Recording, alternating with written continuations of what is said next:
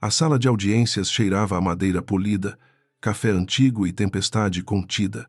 Helena Duarte permanecia sentada à esquerda, com as mãos pousadas sobre a pasta azul escura que trouxera desde a madrugada, sem tocar no celular, sem olhar para trás, sem permitir que qualquer músculo de seu rosto denunciasse a dor que a acompanhara até ali. O vestido cinza, simples demais para a imprensa que esperava escândalo, parecia ter sido escolhido para desaparecer, mas seus olhos tinham uma firmeza que não combinava com derrota. Do outro lado, Rafael Monteiro conversava baixo com dois advogados de ternos impecáveis, inclinando-se sobre a mesa, como se a própria sala lhe pertencesse. Ele tinha o sorriso calculado de quem aprendera a transformar charme em arma e silêncio em intimidação.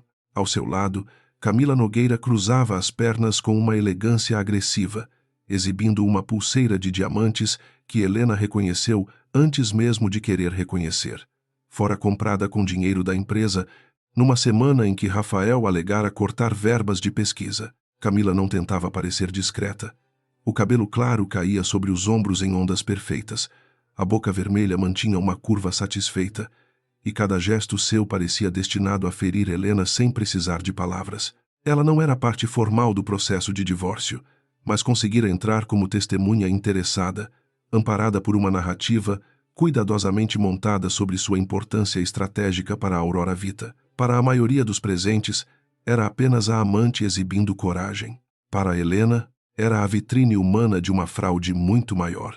O juiz Eduardo Vasconcelos entrou pouco depois das 9, e a sala se ergueu num movimento quase militar. Ele era conhecido por uma frieza que não vinha da arrogância, mas de uma disciplina antiga, lapidada por anos de processos em que famílias, empresas e fortunas tentavam esconder podridão sob linguagem jurídica. Tinha cabelos grisalhos, rosto estreito e olhos que raramente se demoravam em alguém sem motivo.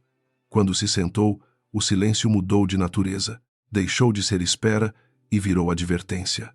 Helena observou o juiz abrir o processo, folhear os autos e ajustar os óculos com uma paciência que parecia cortar o ar.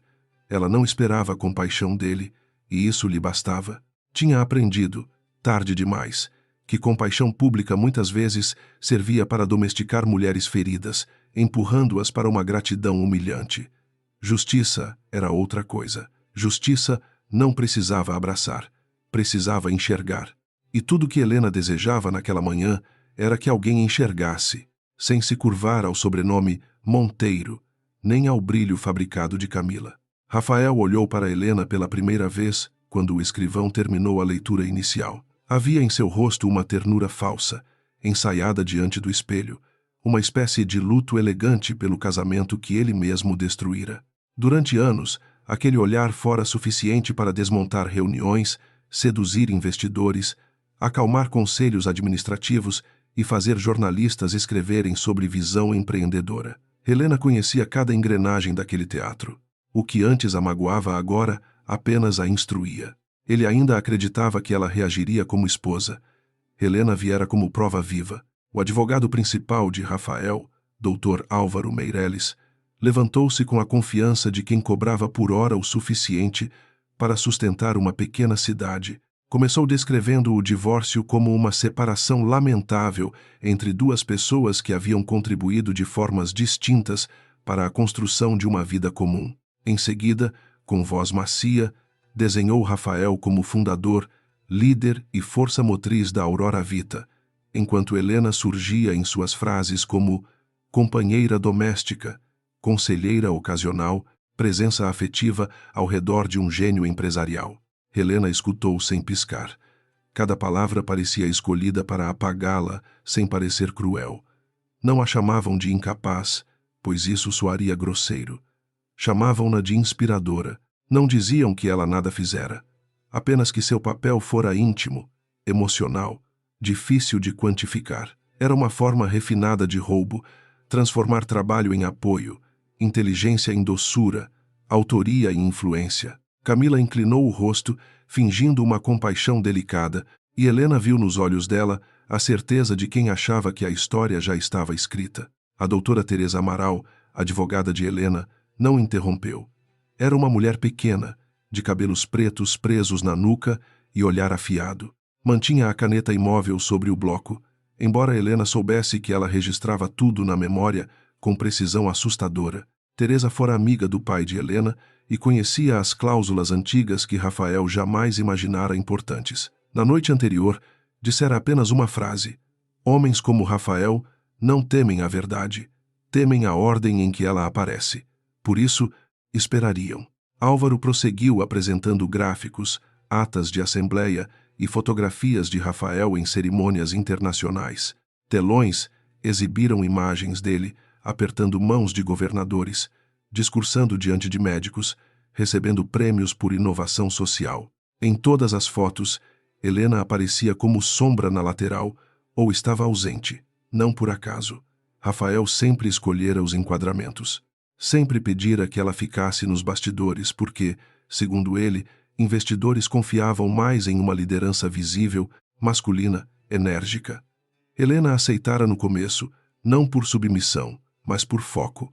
O produto importava mais que o palco. Quando Álvaro mencionou a suposta instabilidade emocional de Helena, a sala pareceu prender a respiração.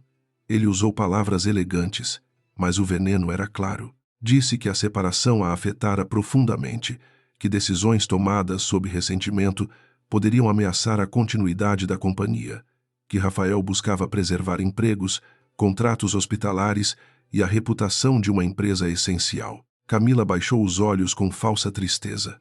Rafael suspirou, como se carregasse sozinho o fardo de proteger o mundo da mulher que traíra. Teresa pediu a palavra, mas apenas para registrar objeção quanto à tentativa de transformar sofrimento conjugal em incapacidade administrativa. O juiz Eduardo anotou algo e autorizou a continuidade, com uma advertência seca para que as partes se mantivessem nos fatos. Helena sentiu um pequeno deslocamento no ar. Não era vitória, nem sequer vantagem. Era só o primeiro sinal de que a narrativa de Rafael teria de passar por uma porta estreita. Ele não gostou. Sua mandíbula se moveu uma vez, quase invisível. Camila foi chamada antes do intervalo, e seu salto ecoou no piso como uma declaração. Jurou dizer a verdade com voz clara, mantendo uma postura cuidadosamente vulnerável. Contou que entrara na Aurora Vita quando a empresa precisava renovar sua imagem, que encontrara Rafael exausto pela carga de comandar tudo sozinho, que via nele um homem visionário, frequentemente desamparado por uma esposa distante e fria. A palavra fria atravessou Helena sem feri-la. Curioso, pensou ela, como sempre chamavam de fria a mulher que parava de sangrar em público. A testemunha falou sobre reuniões, campanhas e crises de reputação. Disse ter visto Helena comparecer pouco à sede nos últimos anos, sem explicar que Helena passara grande parte desse período em laboratórios, hospitais parceiros e auditorias técnicas que Rafael jamais entendia. Disse que Rafael tomava as decisões difíceis, sem revelar que muitas dessas decisões chegavam prontas em memorandos escritos por Helena durante madrugadas inteiras. Disse que a empresa precisava de liderança estável. A cada frase, Camila confundia presença no palco com posse do teatro. Teresa aproximou-se para o contra-interrogatório, com uma serenidade que incomodou Camila. Perguntou sobre sua função exata, datas de contratação, participação em reuniões do conselho e acesso a documentos estratégicos. Camila respondeu bem no início, repetindo frases ensaiadas, mas começou a tropeçar quando Teresa pediu detalhes sobre relatórios de propriedade intelectual e contratos de cessão de tecnologia. Ela sabia os nomes, não o conteúdo. Sabia o brilho, não a estrutura. Ainda assim, sorria, pois acreditava que detalhes técnicos não comoveriam ninguém diante de uma história simples. Rafael observava a cena com uma calma tensa. Conhecia Teresa o suficiente para desconfiar de perguntas pequenas. Porém, sua vaidade o tranquilizava. Havia passado anos fazendo com que bancos, jornalistas e até diretores repetissem que ele era a Aurora Vita. Transformara sua assinatura em logotipo moral. Até funcionários antigos, cansados ou amedrontados, aprenderam a falar seu nome antes de qualquer projeto. Helena podia ter arquivos, ideias e memórias, mas Rafael acreditava ter a versão pública da verdade e, para ele, público sempre vencera documento. O juiz Eduardo interrompeu, quando Camila tentou discursar sobre amor e sacrifício. Disse que o tribunal não discutia a qualidade sentimental da relação entre ela e Rafael, mas fatos patrimoniais e responsabilidades empresariais eventualmente vinculadas ao divórcio. A frase caiu seca, sem elevação de voz, mas arrancou de Camila um brilho de irritação. Ela recuperou o sorriso rápido demais. Helena percebeu. Teresa também. Rafael, não. Ele ainda estava olhando para o juiz como um homem ofendido por não receber deferência automática. No intervalo, a sala se dissolveu em cochichos. Jornalistas saíram para telefonar, assessores correram por corredores de mármore e Camila aproximou-se da mesa de Rafael com a liberdade de quem queria ser vista. Helena permaneceu sentada, abrindo apenas a pasta azul para tocar a borda do primeiro documento. Não precisava lê-lo. Conhecia cada página, cada cláusula, cada assinatura. Ainda assim, o contato físico com o papel a ancorava. Tinha esperado 4 anos por aquela manhã. E a paciência, quando chega ao fim, também treme. Teresa inclinou-se para ela e perguntou em voz baixa se estava bem. Helena quase sorriu. Bem era uma palavra pobre para definir alguém que assistia ao enterro público de uma mentira construída dentro de sua própria casa. Ela respondeu que sim, mas seus olhos foram até Rafael. Lembrou-se da primeira vez em que ele dormira no sofá do laboratório, coberto por um casaco dela, prometendo que nunca permitiria que investidores separassem os dois. Na época, Helena acreditara. O erro não fora amar, fora confundir promessa com caráter. Camila se virou de repente e encontrou o olhar de Helena. Durante um instante curto, a máscara caiu. Havia ali não apenas rivalidade, mas desprezo social. Uma certeza de superioridade alimentada por convites, capas de revista e mesas reservadas. Camila achava que vencera porque Rafael a escolhera em público. Talvez nunca tivesse entendido que certos homens não escolhem mulheres, escolhem espelhos. Helena sustentou o olhar sem raiva visível. Isso pareceu irritar Camila mais que qualquer insulto. A calma de Helena recusava-se a obedecer ao papel de abandonada. Quando a audiência recomeçou, Álvaro pediu a juntada de uma proposta de acordo revisada. A oferta parecia generosa para olhos desatentos. Uma quantia alta, um apartamento, manutenção de plano de saúde e uma cláusula de confidencialidade ampla. Em troca, Helena renunciaria a qualquer reivindicação sobre participações empresariais futuras, propriedade intelectual associada à Aurora Vita e questionamentos sobre a gestão de Rafael. A sala murmurou. Rafael encarou Helena como quem oferecia misericórdia. Camila sorriu, pequena e afiada, como se já imaginasse as chaves da presidência social em suas mãos. Teresa leu a proposta em silêncio e a devolveu à mesa como quem devolve um prato estragado. Disse que sua cliente recusava. Álvaro abriu os braços com teatralidade, lamentando que ressentimentos impedissem uma solução madura. Rafael fechou os olhos por um segundo, performando cansaço. Camila não se conteve. Sua boca abriu num sorriso largo, triunfante, quase luminoso, como se a recusa de Helena apenas comprovasse sua loucura diante de todos. Alguns jornalistas perceberam. Uma câmera discretamente se ergueu. Helena finalmente levantou o rosto. O juiz Eduardo também viu o sorriso. Não reagiu de imediato. Apenas apoiou a caneta sobre a mesa, entrelaçou os dedos e observou Camila com uma atenção que não tinha pressa. O silêncio que se seguiu foi estranho, pois ninguém havia pedido silêncio. Ele nasceu do instinto coletivo de que algo mudara. Camila, percebendo tarde demais que chamara a atenção, tentou recompor a expressão, mas o prazer já ficara registrado. Era o tipo de gesto que revelava mais que uma confissão. Revelava a expectativa de posse. Eduardo perguntou a Camila por que ela sorria. A voz dele não trazia agressividade, e talvez por isso a pergunta soasse mais perigosa. Camila piscou, surpresa, e respondeu que apenas acreditava que a proposta demonstrava a boa-fé de Rafael. O juiz inclinou a cabeça, como se aceitasse a resposta apenas para conduzi-la a um lugar pior. Perguntou então se ela compreendia o alcance da renúncia exigida. Camila disse que sim, com segurança apressada. Disse que Helena não poderia reivindicar o que nunca administrara. Teresa permaneceu imóvel. Helena sentiu a respiração da sala se estreitar. Rafael virou-se discretamente para Camila, tentando adverti-la com os olhos, Mas a vaidade dela estava adiantada demais para recuar.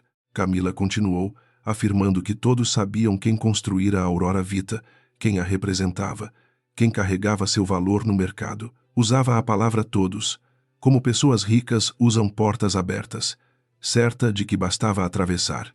Álvaro tentou interromper, mas o juiz ergueu a mão. Queria ouvir, ou fingia querer ouvir. Camila percebeu a autorização como oportunidade.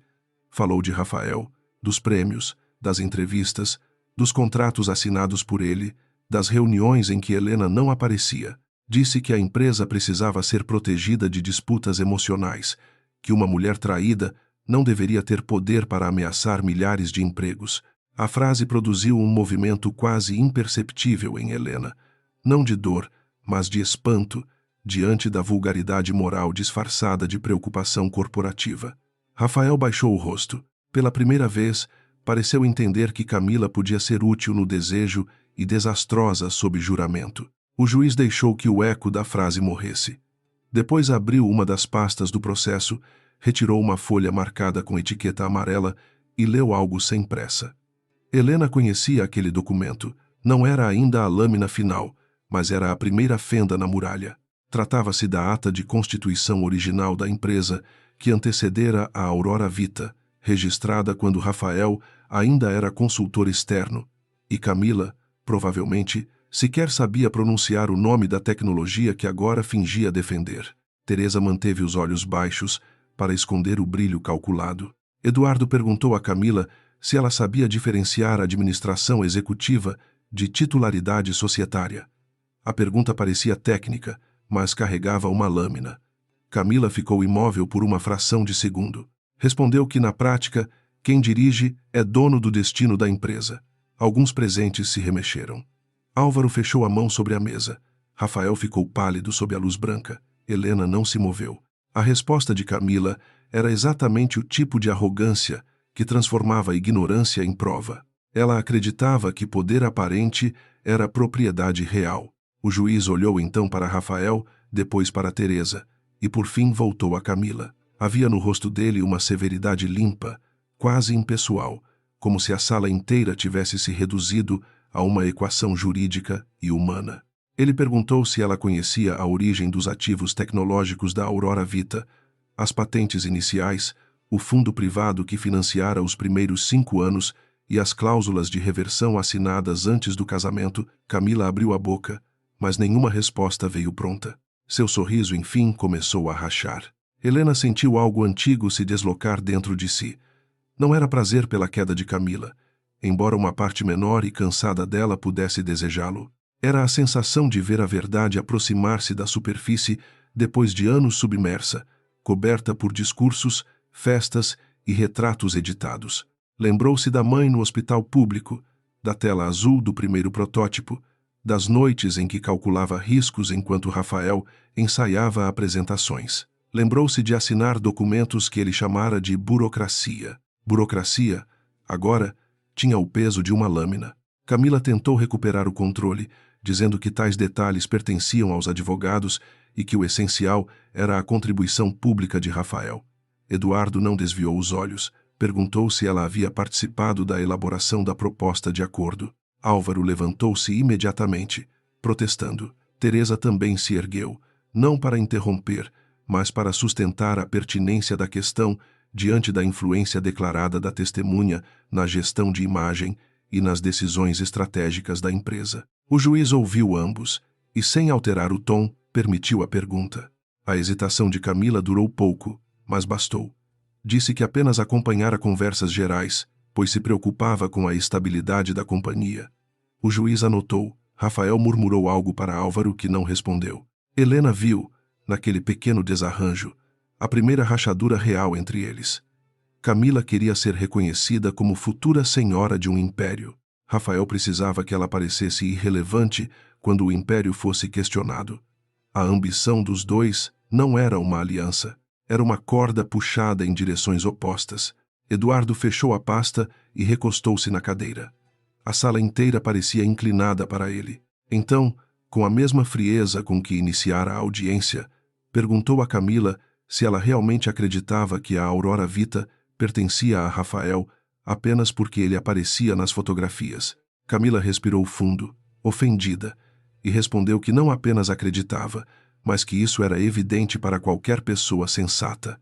O sorriso voltou, menor, mas ainda insolente. Helena baixou os olhos para a pasta azul. Teresa tocou de leve a caneta. O juiz deixou que a declaração se assentasse nos autos, como uma pedra lançada num poço.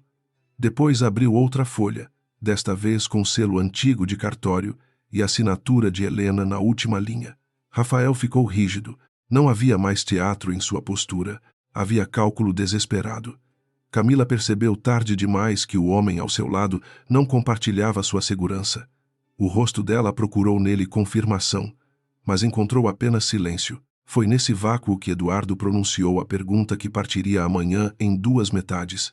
Dona Camila, disse ele, sem elevar a voz, a senhora realmente acha que essa empresa pertence a quem? Por um segundo, ninguém respirou. A pergunta parecia simples demais para provocar tamanho abalo, mas Helena sabia que certas verdades entram no mundo assim, sem trovão, apenas retirando a cadeira de quem se sentava sobre mentira. Camila encarou o juiz, depois Rafael, depois Helena. O sorriso vitorioso desapareceu como maquiagem sob chuva. Teresa abriu a pasta azul, Helena ergueu a cabeça, e Rafael, pela primeira vez desde que a audiência começara, pareceu menos um homem poderoso que alguém tentando lembrar onde escondera a própria culpa. O primeiro escritório da Aurora Vita não tinha recepção, sala de reunião nem vista para a avenida. Tinha infiltração no teto, 3 mesas compradas de uma clínica falida, fios presos com fita no rodapé e uma janela emperrada que deixava entrar o barulho de ônibus, ambulâncias e vendedores de fruta da rua de baixo. Helena Duarte chegava antes do amanhecer, prendia o cabelo com uma caneta, ligava os servidores e atravessava o silêncio inicial como quem acendia uma capela. Naquela época, ninguém a chamava de inspiração. Chamavam-na de obstinada. A obstinação nascera no corredor de um hospital público, numa noite em que sua mãe esperou atendimento por horas, enquanto um sistema antigo repetia dados errados, perdia exames e devolvia senhas inúteis para pessoas que já não tinham força de discutir. Helena tinha 26 anos e segurava uma pasta com resultados que ninguém encontrava no computador. A morte não veio apenas da doença, embora os médicos tentassem explicar assim. Veio também de atrasos, falhas, ausência de integração, pequenas negligências que, somadas, ganhavam a crueldade de uma sentença. Depois do enterro, Rafael a encontrou sentada na cozinha do apartamento herdado do pai, com folhas espalhadas pela mesa e olhos secos de quem ultrapassara o choro. Ele era consultor de estratégia numa firma média, bonito de um jeito cansado, ambicioso de um jeito ainda encantador. Disse que ela precisava descansar. Helena respondeu que descanso não consertava sistemas. Ele riu, não por desprezo, mas por ternura. Naquele início, Rafael ainda conseguia admirar aquilo que não compreendia. A inteligência dela o deslumbrava antes de ameaçá-lo. Helena vendeu joias antigas da família, recusou 2 empregos confortáveis e passou a desenvolver uma plataforma que integrava prontuários, fluxos de emergência e alertas de risco para hospitais de poucos recursos. Chamou o projeto de Aurora porque queria que algo nascesse depois da noite. Rafael ajudou nos primeiros contatos com investidores, organizou apresentações, traduziu a linguagem técnica dela para o vocabulário de pessoas que perguntavam primeiro pelo retorno financeiro e só depois pelo impacto social. Ele se tornou útil. A utilidade, quando alimentada por aplauso, começou a querer trono. No primeiro ano, trabalhavam lado a lado até tarde. Helena escrevia algoritmos, revisava protocolos clínicos, visitava hospitais periféricos e voltava com sapatos sujos de poeira e cadernos cheios de falhas observadas. Rafael montava planilhas, preparava discursos e aprendia depressa a sorrir nos momentos certos. Ele tinha um talento raro para ocupar salas. Quando falava, as pessoas sentiam que havia futuro. Quando Helena falava, percebiam que havia trabalho. No começo, essa diferença parecia complementar. Mais tarde, seria usada como prova contra ela. O casamento veio sem luxo, numa manhã clara, diante de poucos amigos e uma promessa simples. Rafael disse que os dois construiriam tudo juntos, sem hierarquia, sem vaidade, sem segredos. Helena acreditou porque queria acreditar, mas também porque, naquele tempo, ele ainda voltava para casa com os olhos brilhando ao contar que um hospital pequeno aceitara testar o sistema. Ela não se apaixonara apenas pelo homem. Apaixonara-se pela versão dele que parecia capaz de se alegrar com o bem feito por mãos alheias. Essa versão foi desaparecendo aos poucos. A primeira grande rodada de investimento mudou o cheiro dos dias. O escritório ganhou paredes de vidro, cartões magnéticos, café caro e uma equipe de comunicação que insistia em fotos com Rafael no centro. Helena resistiu no início, mas os consultores repetiam que investidores precisavam de uma narrativa limpa, um rosto único, uma liderança carismática. Rafael dizia isso com cuidado, beijando sua testa antes das reuniões, chamando-a de mente da empresa, enquanto aceitava ser chamado de fundador em entrevistas. Ela corrigia uma vez. Ele prometia ajustar depois. O depois nunca vinha. As patentes iniciais, contudo, estavam no nome dela e de um fundo privado criado por seu pai anos antes, administrado por cláusulas que protegiam qualquer tecnologia financiada com recursos familiares. Helena nunca viu nisso uma arma. Era apenas prudência jurídica, um cuidado herdado de um homem que passara a vida dizendo que pessoas decentes também precisavam de documentos fortes. Rafael assinou os papéis como executivo contratado, sem atenção real ao alcance das disposições. Para ele, naquela época, o importante era aparecer no lançamento. A propriedade parecia uma formalidade distante. Com o crescimento, Rafael aprendeu a falar de sacrifício como se fosse o único sacrificado. Se Helena passava noites testando uma atualização, ele dizia aos jornalistas que não dormia para salvar vidas. Se a equipe técnica corrigia falhas críticas, ele discursava sobre coragem de liderança. Se um hospital reduzia atrasos graças aos protocolos desenhados por Helena, ele recebia flores no palco. No início, ela sentia incômodo, depois irritação, depois uma tristeza que não sabia nomear. Ainda assim, continuava.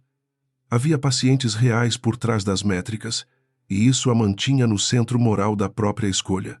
Camila Nogueira entrou na Aurora Vita numa tarde de chuva, vestindo branco e trazendo um portfólio impecável de campanhas para marcas de luxo. Não entendia de saúde pública, mas entendia de desejo, percepção e fome social. Rafael a apresentou como alguém capaz de tornar a empresa desejável para mercados internacionais.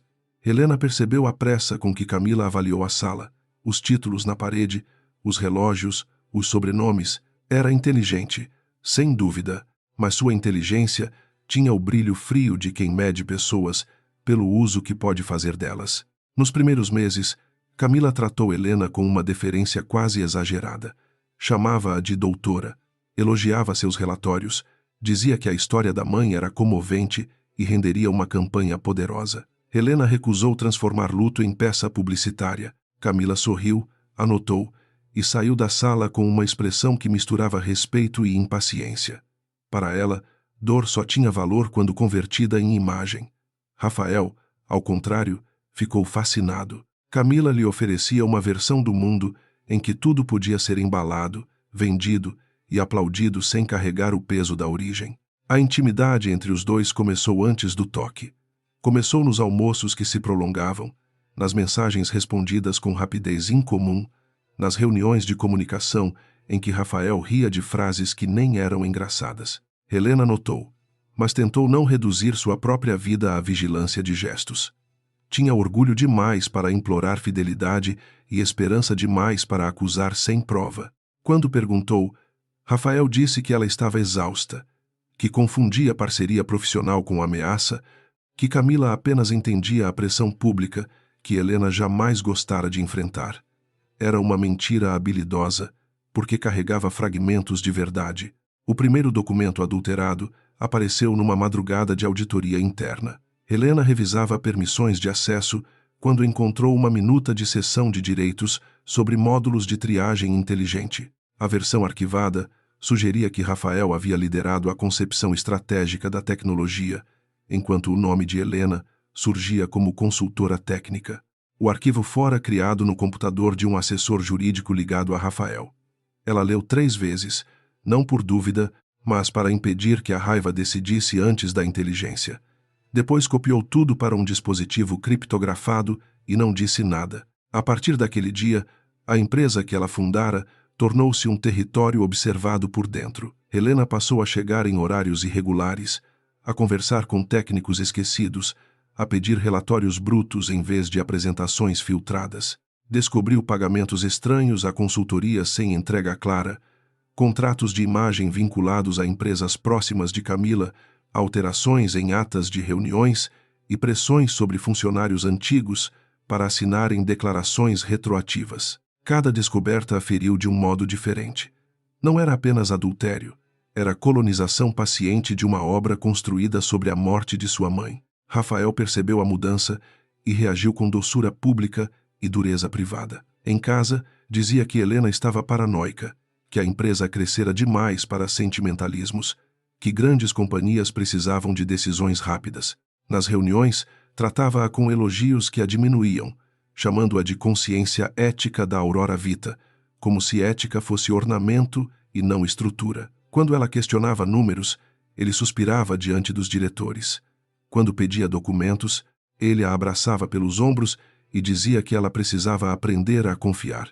A confiança virou corrente quando ele começou a nomeá-la fragilidade. Camila abandonou a deferência no momento em que sentiu Rafael seguro. Passou a entrar na sala dele sem bater, a opinar em decisões de contratação, a escolher fotógrafos para eventos onde Helena era deslocada para fileiras secundárias.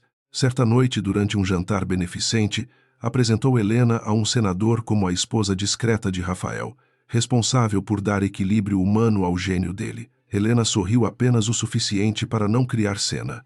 Por dentro, memorizou a frase: palavras ditas por vaidade frequentemente servem como mapas de crimes futuros.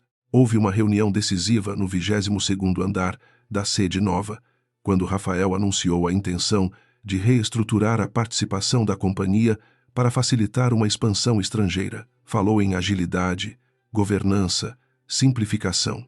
Helena pediu acesso prévio aos pareceres jurídicos. Camila, sentada à direita dele sem cargo que justificasse presença, comentou que excesso de cautela podia custar oportunidades históricas. Rafael não a repreendeu. Ao contrário, apoiou a mão sobre a mesa como quem encerrava o assunto. Helena olhou para os diretores. Alguns desviaram o rosto. O medo já havia comprado cadeiras. Naquela noite, Helena abriu o cofre do pai. Não buscava nostalgia, embora o cheiro de papel antigo a atingisse como uma lembrança física da infância. Procurava um instrumento de constituição do Fundo Duarte, os registros de aporte e as cláusulas de reversão que ligavam toda a propriedade intelectual inicial à sua titularidade direta. Leu até o amanhecer. Descobriu algo que havia esquecido por confiar demais na continuidade do bem. Rafael jamais poderia transferir controle real da Aurora Vita sem autorização expressa dela e do conselho fiduciário. A empresa que ele exibia como império era, juridicamente, uma casa onde ele morava por permissão. A descoberta não trouxe alívio imediato, trouxe responsabilidade. Se Rafael tentava forjar caminhos, era porque acreditava que documentos antigos poderiam ser enterrados sob versões modernas. Helena precisava agir sem alertá-lo antes de reunir provas suficientes. Procurou Teresa Amaral numa tarde sem marcar horário, levando a pasta azul embrulhada num lenço. Teresa ouviu tudo sem interromper, apenas movendo a caneta entre os dedos. Quando terminou, perguntou se Helena queria divórcio, indenização ou guerra. Helena respondeu que queria a verdade inteira.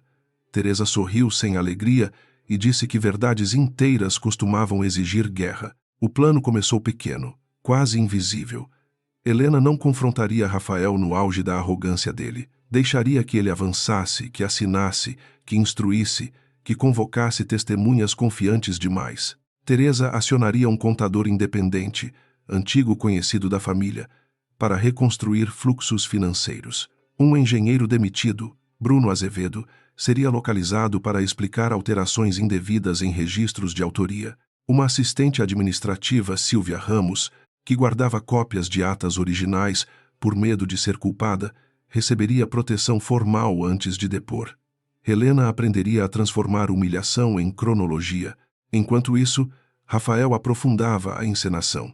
Passou a dormir fora com justificativas corporativas, a aparecer com Camila em eventos internacionais, a plantar na imprensa que seu casamento atravessava uma fase difícil causada pela dedicação excessiva dele ao trabalho. Helena leu uma dessas notas numa sala de espera de hospital parceiro, cercada por enfermeiros que agradeciam a atualização do sistema. Sentiu vontade de rir, mas o riso seria amargo demais.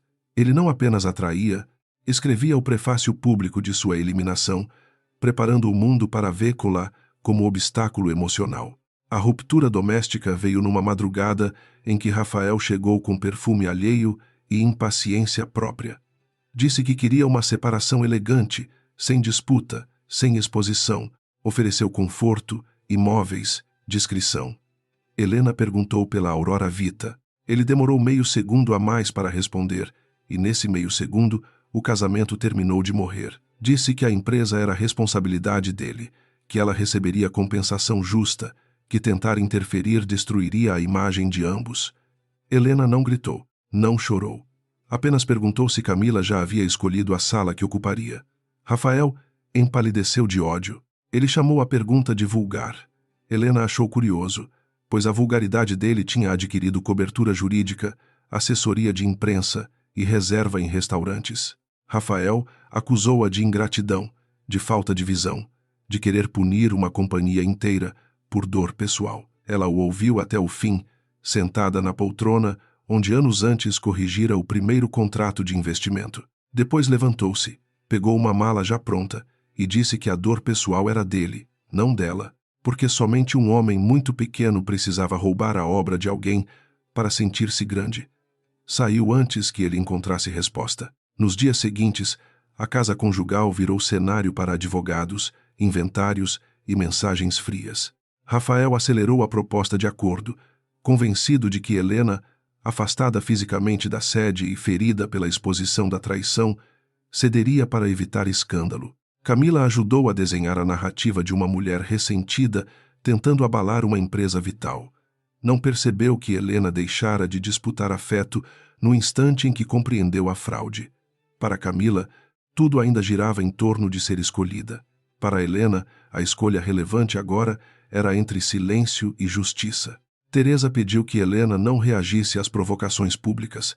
Era necessário permitir que Rafael e Camila falassem bastante, porque pessoas arrogantes costumam confundir microfone com escudo. Assim, Helena permaneceu invisível enquanto a imprensa repetia que Rafael Monteiro enfrentava divórcio delicado, enquanto Camila era descrita como executiva brilhante, enquanto investidores recebiam relatórios tranquilizadores. Por dentro, a engrenagem oposta se movia. Cópias eram autenticadas, testemunhas preparavam declarações, registros de acesso revelavam adulterações, e cada gesto impensado do casal acrescentava uma linha ao mapa da queda. Na véspera da audiência, Helena dormiu pouco, não por medo de perder dinheiro, nem por ciúme, nem por saudade do homem que Rafael fingira ser. O que a manteve acordada foi a lembrança dos hospitais pequenos que dependiam da Aurora Vita, dos funcionários honestos que poderiam pagar pelo crime dos chefes, da mãe que nunca vira a plataforma funcionar, mas cuja ausência alimentara cada módulo do sistema. Ela sabia que, quando a verdade viesse, não separaria apenas um casal. Separaria também autoria de espetáculo, trabalho de vaidade, propriedade de posse teatral. Pela manhã, antes de ir ao fórum, abriu a pasta azul sobre a mesa do apartamento temporário. Lá estavam a ata de fundação, as patentes, o contrato fiduciário, os relatórios de Bruno, as mensagens recuperadas de Sílvia e a cópia da minuta adulterada que revelava o início da tentativa de apagamento. Teresa chegou com café forte e olhos sem sono. Disse que Rafael ofereceria um acordo bonito. Disse que Camila sorriria cedo demais. Disse que o juiz Eduardo não era homem de se impressionar com fotografia. Helena fechou a pasta e respirou fundo. Quando entrou na sala de audiências, Helena já carregava todos aqueles anos dentro do silêncio. Rafael viu apenas uma esposa cansada. Camila viu uma mulher abandonada. Os advogados viram uma parte a ser pressionada. Os jornalistas viram personagem de escândalo. Apenas Teresa sabia que aquela quietude era uma arquitetura inteira. E talvez o juiz Eduardo, ao folhear os autos com calma, tenha percebido antes dos outros que a mulher de vestido cinza não estava ali para pedir migalhas de um império. Ela viera demonstrar quem havia erguido as fundações. Por isso, quando Camila sorriu no tribunal, Helena não se surpreendeu. O sorriso era coerente com tudo que a amante aprendera nos salões de Rafael. Aparecer bastava, repetir bastava, ocupar o lugar bastava. Mas Helena conhecia a diferença entre ocupar e pertencer. Conhecia a força de uma assinatura feita antes das câmeras, antes dos prêmios, antes das mentiras ganharem perfume. Ao ouvir o juiz perguntar a Camila se ela realmente sabia a quem pertencia a empresa, Helena sentiu o passado inteiro alinhar-se atrás dela, como testemunhas silenciosas enfim autorizadas a entrar. Helena deixou a casa de Rafael com uma mala pequena, a pasta azul e a sensação estranha de que uma vida inteira podia caber no banco traseiro de um carro silencioso. A cidade ainda dormia em pedaços, com semáforos piscando sobre avenidas vazias e fachadas de vidro, refletindo uma madrugada sem testemunhas. Ela não chorou durante o trajeto.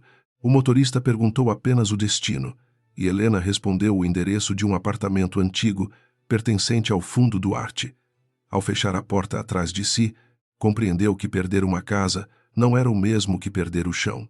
O apartamento tinha móveis cobertos por lençóis, livros empilhados em caixas e um cheiro de madeira fechada que lembrava a biblioteca do pai. Helena abriu as janelas, deixou o ar frio entrar e colocou a pasta azul sobre a mesa, como quem instala um coração novo num corpo antigo. Não havia retratos de casamento ali, nem roupas de Rafael, nem flores escolhidas por decoradores. Havia silêncio suficiente para pensar. Pela primeira vez em muitos meses, ela não precisou medir os passos para não provocar discussões. A liberdade começou como ausência de ruído. Teresa Amaral chegou antes das 8, trazendo café forte, pão fresco e uma pasta preta com o brasão discreto de seu escritório. Não fez perguntas sentimentais, apenas observou o rosto de Helena. Notou as olheiras, a postura ereta demais, a mão direita fechada sobre a aliança que ela retirara no elevador. Teresa sabia que algumas mulheres precisavam ser consoladas, outras precisavam ser tratadas como generais antes da batalha.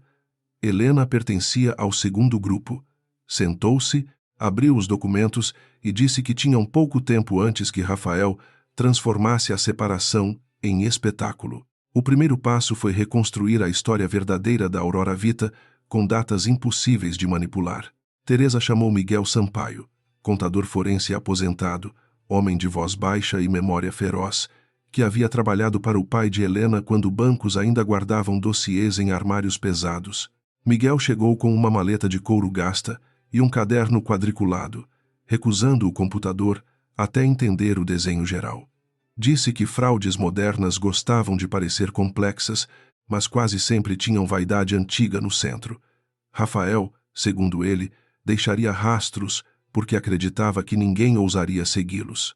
Durante 3 dias, Helena, Teresa e Miguel trabalharam numa mesa tomada por contratos, extratos, atas, registros de acesso e cópias de mensagens. O apartamento ganhou o aspecto de uma sala de guerra sem bandeiras.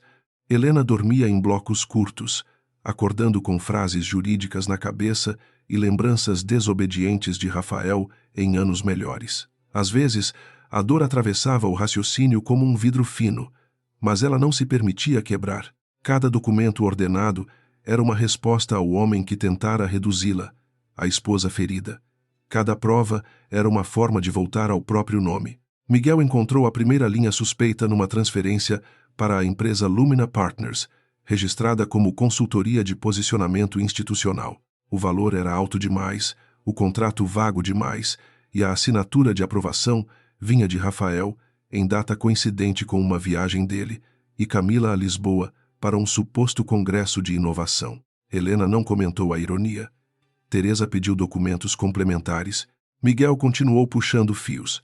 Em poucas horas, Lumina apareceu conectada a uma sociedade de fachada, administrada por uma prima de Camila, com pagamentos recorrentes e entregas que não existiam. A descoberta não bastava para derrubar Rafael, mas revelava o método. Ele desviava recursos sob linguagem elegante, misturando marketing, expansão internacional e assessoria estratégica, até que ninguém soubesse onde terminava a necessidade empresarial e começava o privilégio privado. Camila não era apenas amante, era beneficiária, articuladora e, talvez, cúmplice direta na tentativa de remodelar a imagem da companhia para preparar sua entrada no centro. Helena sentiu náusea, mas a conteve. Não queria que o nojo se transformasse em pressa. Rafael contava com reações emocionais. Ela lhe daria sequência lógica. O segundo passo era encontrar Bruno Azevedo, engenheiro de sistemas que desaparecera da Aurora Vita após uma demissão humilhante. Helena lembrava dele como um rapaz magro, de fala rápida, capaz de identificar erros em códigos complexos apenas pelo padrão de travamento. Rafael dissera que Bruno se tornara indisciplinado, instável, ressentido. Na época, Helena estava afastada da sede por uma auditoria hospitalar no interior e aceitara a explicação com desconforto. Agora, ao rever relatórios antigos, percebeu que a demissão ocorrera 2 semanas depois de Bruno registrar divergências nos metadados de autoria dos módulos principais. Teresa o localizou em uma pequena empresa de segurança digital na Zona Oeste. Bruno aceitou encontrá-las num café afastado, mas chegou olhando para os lados, como se ainda esperasse ser seguido por advogados de Rafael. Tinha barba por fazer, ombros tensos e uma raiva cansada nos olhos. Quando viu Helena, hesitou entre respeito e acusação. Disse que tentara avisá-la, disse que enviara 3 relatórios, disse que todos voltaram para a mesa de Rafael e depois ele foi chamado de paranoico diante da diretoria. Helena ouviu sem se defender. Algumas culpas não pedem desculpa rápida, pedem reparação. Bruno explicou que, meses antes de sua demissão, um grupo ligado ao departamento jurídico solicitara alteração em registros internos para associar etapas de desenvolvimento a decisões executivas de Rafael. A mudança parecia pequena para olhos leigos, mas criava uma trilha artificial de autoria estratégica. Ele recusou validar o procedimento e salvou cópias dos registros originais em um servidor externo, temendo que um dia precisasse provar que não mentia. Teresa pediu que ele entregasse tudo formalmente. Bruno olhou para Helena e perguntou se desta vez alguém teria coragem de enfrentar Rafael até o fim. Helena respondeu que não estava ali por coragem teatral. Estava ali porque a empresa não podia continuar nas mãos de alguém que confundia liderança com posse e reputação com absolvição. A frase pareceu desmontar parte da defesa de Bruno. Ele entregou um dispositivo criptografado e, junto com ele, uma amargura que carregava sozinho havia meses.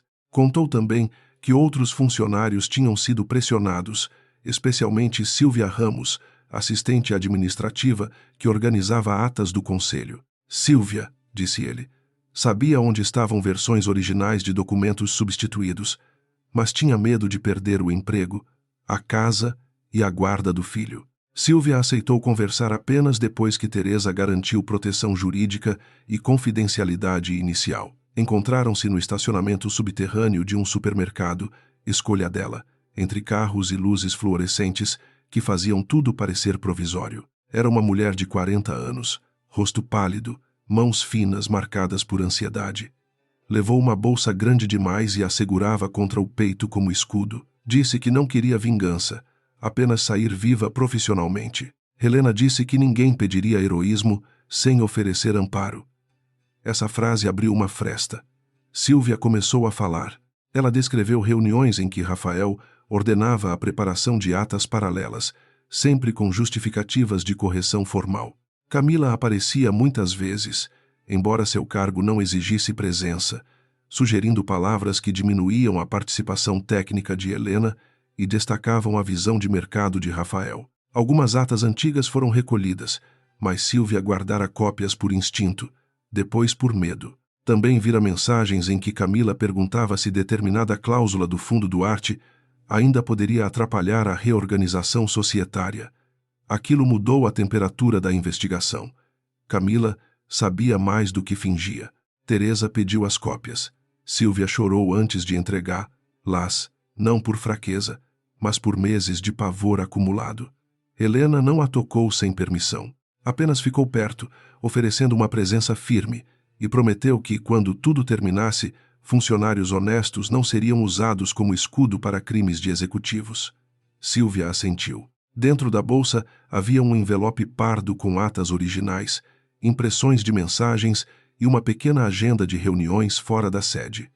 Miguel, ao receber o material naquela noite, respirou como arqueólogo diante de uma cidade soterrada. Enquanto a verdade se organizava no apartamento antigo, Rafael erguia sua própria peça pública. A primeira nota saiu numa coluna de negócios, descrevendo a separação como um momento pessoal doloroso para o empreendedor que revolucionara sistemas hospitalares no Brasil. A segunda falava de instabilidade nos bastidores, insinuando que Helena, afastada da gestão diária, pretendia questionar decisões necessárias por ressentimento íntimo. A terceira apresentava Camila como executiva de comunicação essencial à expansão global da Aurora Vita. Nenhuma nota mencionava a palavra amante. A linguagem elegante sempre soube lavar lama com perfume. Helena leu tudo sem responder. Teresa insistiu que o silêncio era estratégico, mas não precisava insistir muito. Helena entendia o mecanismo. Rafael queria provocá-la, arrastá-la para entrevistas, fazê-la parecer amarga, emocional, destrutiva. Se ela se defendesse cedo demais, ele diria que ela atacava a empresa. Se chorasse, seria frágil. Se irritasse, seria perigosa. Se explicasse, seria longa demais para a atenção pública. Então ela escolheu a arma menos compreendida por pessoas vaidosas, a espera. Em silêncio, cada mentira dele ganhava data, fonte e utilidade futura. Rafael também tentou comprar testemunhas. Um gerente financeiro recebeu promessa de promoção para afirmar que Helena nunca participara de decisões de orçamento. Uma coordenadora de projetos foi pressionada a apagar mensagens antigas. Um diretor clínico ouviu que contratos hospitalares poderiam ser suspensos se colaborasse com advogados externos. Alguns cederam. Outros procuraram Teresa em segredo. A rede de medo que Rafael julgava sólida começou a produzir rachaduras porque medo, quando percebe que o tirano pode cair, muda de direção. Helena anotava nomes sem prazer. Justiça exigia distinguir cúmplices de sobreviventes. Camila, por sua vez, avançou na campanha de imagem com entusiasmo imprudente. Organizou um evento beneficente em nome da Aurora Vita, vestiu vermelho, discursou sobre renovação e apareceu ao lado de Rafael diante de um painel luminoso que dizia "Futuro com propósito". Os fotógrafos a adoraram. Ela sorriu como quem já ocupava a primeira-dama de um império empresarial. Em um vídeo curto, ao ser perguntada sobre Helena, respondeu que toda grande história precisava superar capítulos difíceis. A frase viralizou entre admiradores de Rafael. Teresa salvou o vídeo com cuidado. A arrogância registrada em alta definição era uma bênção processual. Naquela mesma noite, Rafael ligou para Helena pela primeira vez desde a saída dela. A voz veio macia, cansada, quase íntima. Disse que as coisas estavam indo longe demais, que advogados aumentavam conflitos, que ele ainda se importava com ela. Helena escutou ao lado da janela, olhando a cidade acesa como um tabuleiro. Ele falou do passado, da mãe dela, do primeiro escritório, da chuva no dia em que conseguiram o primeiro hospital parceiro. Usava memórias como quem tenta destrancar uma casa que vendeu. Helena deixou que ele falasse até o próprio veneno aparecer. Quando percebeu que a ternura não funcionava, Rafael mudou o tom. Disse que ela não entendia a pressão dos investidores, que poderia destruir a reputação da Aurora Vita, que centenas de famílias dependiam daquela empresa. Helena respondeu que justamente por isso ele deveria ter roubado menos e mentido melhor. O silêncio do outro lado foi longo. Rafael então a chamou de ingrata. Disse que sem ele, ela ainda estaria num laboratório úmido com meia dúzia de programadores. Helena sentiu a tristeza antiga dar lugar a uma clareza fria. Ele finalmente dissera o que pensara por anos. A ligação foi gravada legalmente conforme orientação de Teresa, pois Helena participava da conversa e sabia que Rafael poderia ameaçar. Não houve confissão direta, mas houve desprezo suficiente para desmontar sua imagem de marido generoso. Miguel ouviu o áudio uma vez e disse que Vaidade era o pior advogado de si mesma. Teresa concordou, mas alertou que o processo não poderia depender de indignação moral. Precisavam da peça central, o documento original do Fundo Duarte, com a cadeia completa de titularidade, incluindo anexos de propriedade intelectual e cláusulas de reversão assinadas antes do casamento.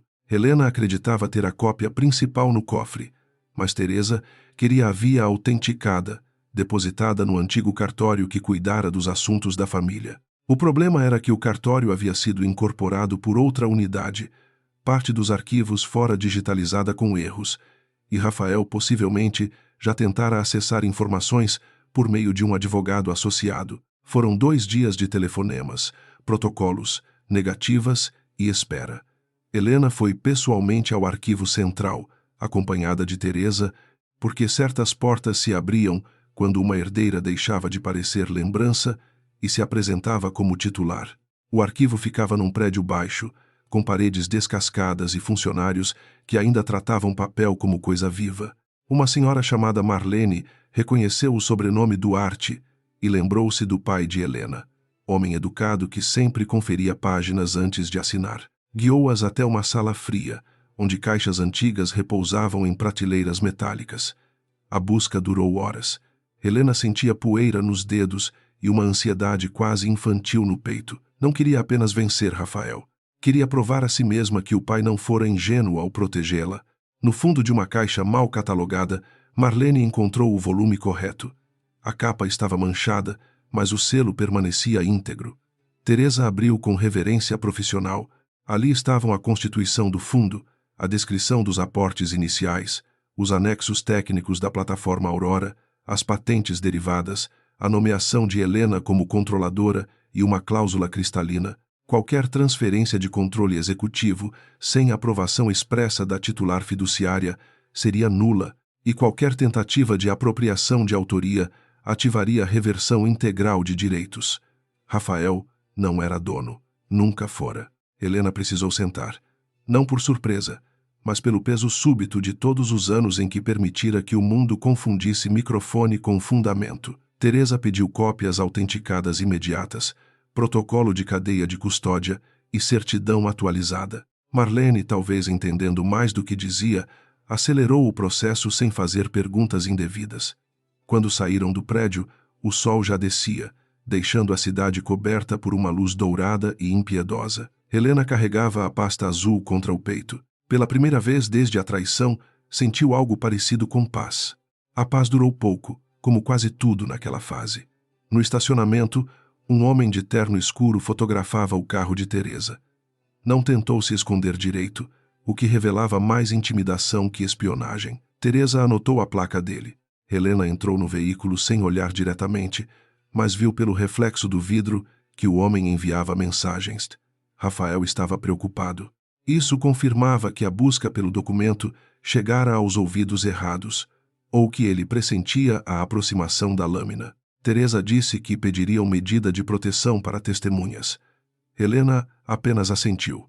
Na manhã seguinte, Silvia recebeu uma advertência formal na Aurora Vita por suposta quebra de confidencialidade. Bruno recebeu mensagens anônimas chamando-o de traidor. Miguel notou uma tentativa de acesso indevido a arquivos financeiros compartilhados com o escritório de Teresa. A reação de Rafael vinha em camadas, ainda cuidadosa, mas desesperada o bastante para deixar marcas. Helena reuniu todos numa videoconferência segura e falou sem dramatizar. Disse que ninguém era obrigado a continuar, que cada um teria apoio jurídico e que a verdade não valia a ruína de inocentes. Ninguém saiu. Esse gesto marcou uma diferença que Rafael jamais compreendera. Helena liderava oferecendo escolha, não exigindo devoção. Bruno ficou porque queria limpar o próprio nome. Silvia ficou porque não suportava mais guardar medo dentro de envelopes. Miguel ficou porque detestava homens que usavam empresas como castelos pessoais. Teresa ficou porque a lei, quando bem manejada, podia ser uma forma rara de poesia severa. Helena olhou para aqueles rostos na tela e entendeu que sua solidão terminara não quando alguém a consolou, mas quando outras pessoas decidiram correr risco ao lado da verdade. O processo de divórcio ganhou data de audiência e Rafael enviou uma proposta de acordo tão generosa quanto venenosa. Helena leu as cláusulas com Teresa. Havia apartamentos, dinheiro, sigilo e renúncia ampla a qualquer questionamento patrimonial, societário ou intelectual relacionado à Aurora Vita. Era uma tentativa elegante de sepultar o passado em troca de conforto. Camila, segundo uma mensagem obtida por Sílvia, sugerira que a oferta fosse grande o suficiente para fazer Helena parecer irracional caso recusasse. Teresa sorriu ao ler aquilo. A armadilha deles também podia prender seus autores. Na véspera da audiência, Camila publicou uma fotografia na sede da Aurora Vita, em frente ao mural dos fundadores, embora o rosto de Helena não aparecesse mais ali. A legenda falava de coragem para abrir novos ciclos. Rafael curtiu a imagem minutos depois. Investidores comentaram com aplausos discretos. Funcionários antigos permaneceram calados, mas alguns enviaram a captura para Teresa. Helena olhou a foto apenas uma vez. Camila sorria como se já tivesse herdado uma coroa. O problema das coroas roubadas, pensou Helena, era que ainda conservavam o formato da cabeça legítima. Teresa passou a noite organizando a ordem das revelações. Não mostrariam tudo de uma vez. Primeiro deixariam Rafael afirmar. Depois deixariam Camila exagerar. Em seguida, introduziriam documentos pequenos, suficientes para fazer o juiz desconfiar da narrativa. Só quando a arrogância estivesse registrada nos autos, trariam o fundo Duarte e a cadeia de propriedade. Helena aceitou a estratégia sem hesitar. Doía permitir que mentissem mais algumas horas, mas ela aprendera no laboratório que diagnósticos precisos exigiam observar o sistema sob estresse. Rafael e Camila seriam colocados exatamente sob estresse. Ao amanhecer, Helena vestiu o vestido cinza. Escolheu-o não para parecer frágil, mas para retirar distrações. Não usou joias além de brincos pequenos. Prendeu o cabelo de modo simples. A imagem que desejava apresentar não era de viúva do casamento nem de empresária vingativa, mas de uma mulher que podia atravessar ruínas sem pedir licença. Antes de sair, tocou a cópia autenticada do fundo Duarte e pensou na mãe, no pai, no primeiro escritório, em Bruno diante dos servidores, em Sílvia tremendo no estacionamento. Aquela audiência pertencia a todos eles. No tribunal, Rafael interpretou exatamente o papel previsto. Falou de estabilidade, empregos, visão empresarial e sofrimento pessoal. Camila sorriu cedo demais. Álvaro apresentou a proposta venenosa como gesto de boa-fé. O juiz Eduardo observou mais do que falava. Helena sentiu o peso da pasta azul sobre a mesa e a firmeza de Teresa ao seu lado. Quando Camila começou a discursar sobre quem realmente construíra a Aurora Vita, Helena compreendeu que a amante havia confundido o tribunal com palco, juiz com plateia e mentira repetida com fato consumado. Era o erro que esperavam. Então veio a pergunta de Eduardo, fria e precisa, atravessando a sala como um bisturi. Camila hesitou. Rafael endureceu.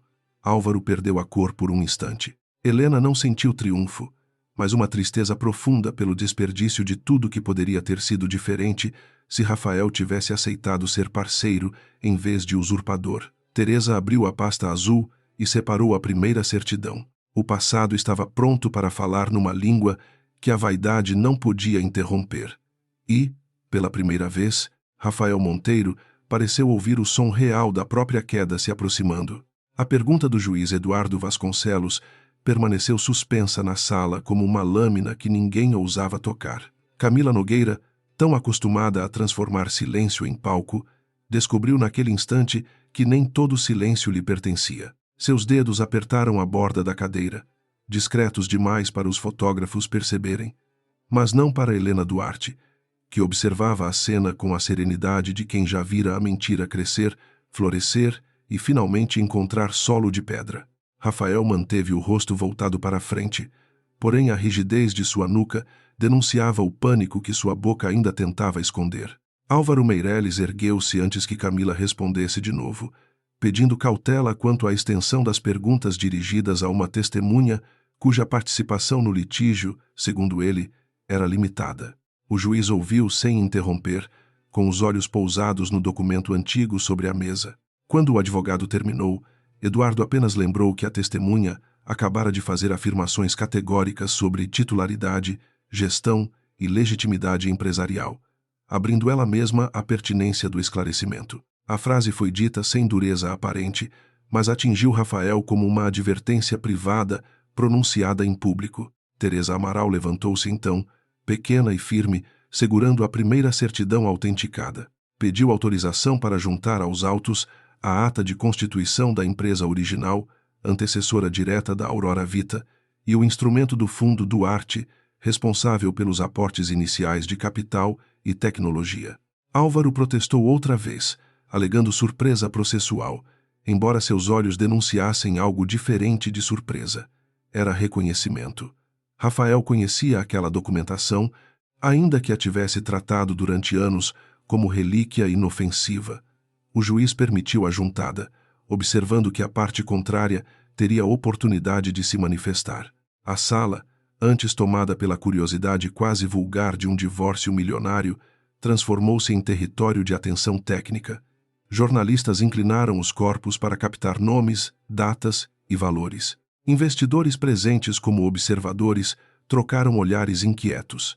Camila tentou recuperar a postura, mas seu sorriso havia perdido a elasticidade. Helena notou que ela buscava em Rafael uma orientação. Um gesto mínimo que dissesse como continuar representando Vitória. Rafael não lhe deu nada. Pela primeira vez, ele parecia disposto a deixá-la sozinha no centro da luz que ela mesma perseguira. Teresa começou pela origem.